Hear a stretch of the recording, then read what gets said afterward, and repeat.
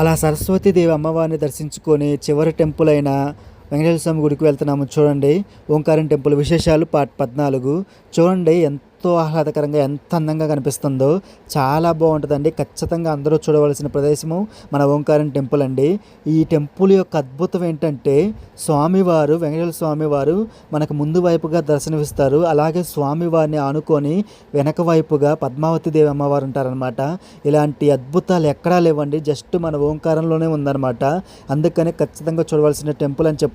ఇక్కడ చూడండి, gate close చేసినట్టు అనిపిస్తుంది, కానీ గేటు జస్ట్ క్లోజ్ చేస్తారండి, కానీ తాళం మాత్రం వెయ్యరు. ఎందుకంటే ఎప్పుడు ఏ క్రూర మృగాలు వస్తాయో తెలియదు కాబట్టి జస్ట్ అలా క్లోజ్ చేసి పెడతారు. మనం వెళ్ళి ఓపెన్ చేసుకొని దర్శించుకోవచ్చు అనమాట.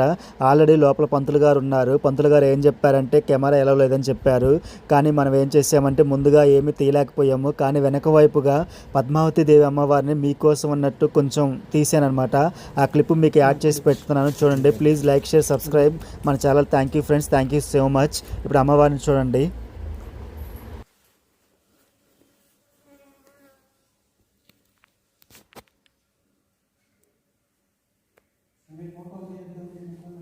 हाँ